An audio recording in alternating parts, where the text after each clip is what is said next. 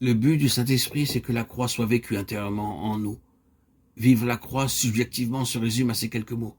Non pas moi, mais Christ. Christ soit tout et en tous. Colossiens 3, 11.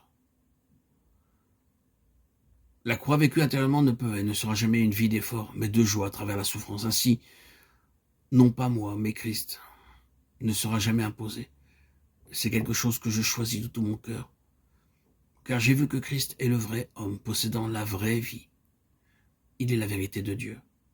J'ai vu par la révélation du Saint-Esprit que je suis un mensonge, une contradiction à l'égard de la pensée de Dieu. Oui, c'est la croix. Il n'y a pas d'effort en cela. Ce sera terrible que de vivre une existence sous une telle contrainte. Pas de vêtements de laine, mais de lin, afin de ne pas exciter la sueur. Ézéchiel 44, 18.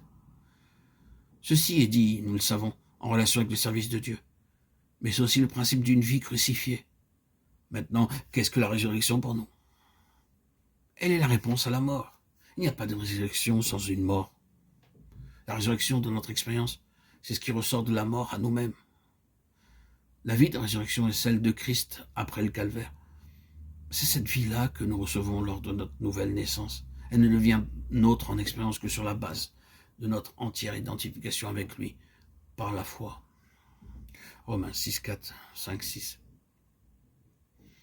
Maintenant, nous pouvons être surpris de la réponse que fit le Seigneur, ces quelques Grecs qui demandèrent à ses disciples « Nous voudrions voir Jésus ». Jean 12, 21. En vérité, je vous le dis, si le grain de blé qui est tombé en terre ne meurt, il reste seul. Mais s'il meurt, il porte beaucoup de fruits. Jean 12, 24. Pourquoi citons-nous cet épisode de la vie du Seigneur? Parce que nous avons là le principe en relation avec le dessein de Dieu d'une part, et d'autre part, pourquoi Jésus est mort et ressuscité.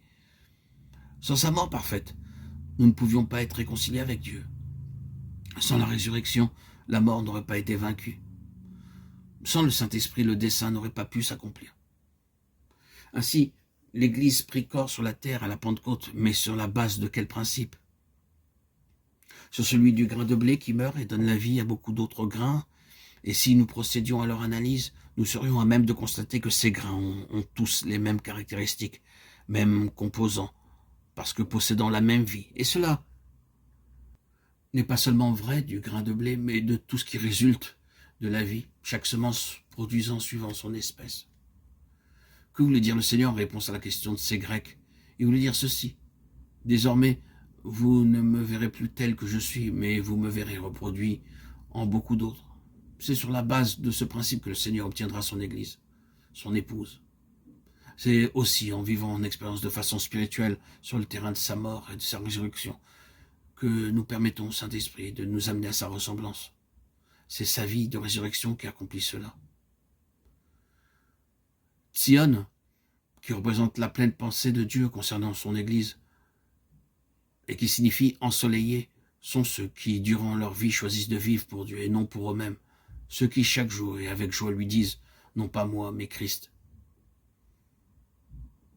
Ils sont des vases qui vivent pour et en Christ glorifié.